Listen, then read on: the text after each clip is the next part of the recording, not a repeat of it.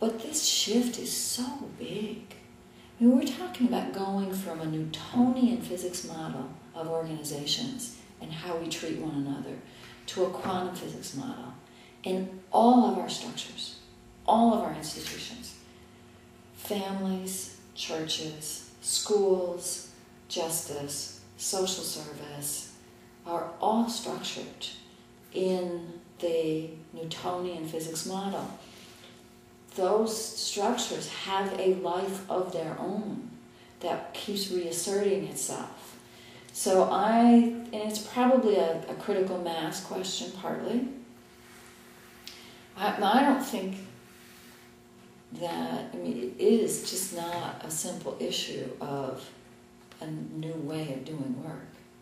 It is a new way of understanding how the universe operates, which is not new, it's in fact very old.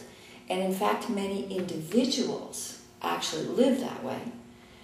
Because a couple of the key things about this approach are this understanding of profound interconnectedness.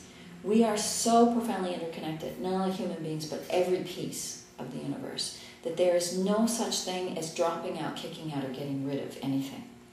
If you had the assumption that you could not get rid of anything, you'd have to deal with things very differently. All of our structures assume you can get rid of things that you don't like or that don't work. If you assume that there's no way to disconnect, no matter how far apart you're trying to make yourself, that you are still connected, you are still impacting each other, then you will pay more attention to how to make the impact positive instead of pretending there's no impact at all. Those are shifts that don't happen in a lifetime. So I don't think that there's any place I know of that has genuinely made this shift in a system, in a structural way.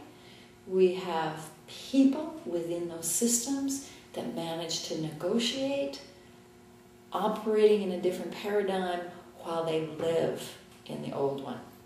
And they have some interface with the old one.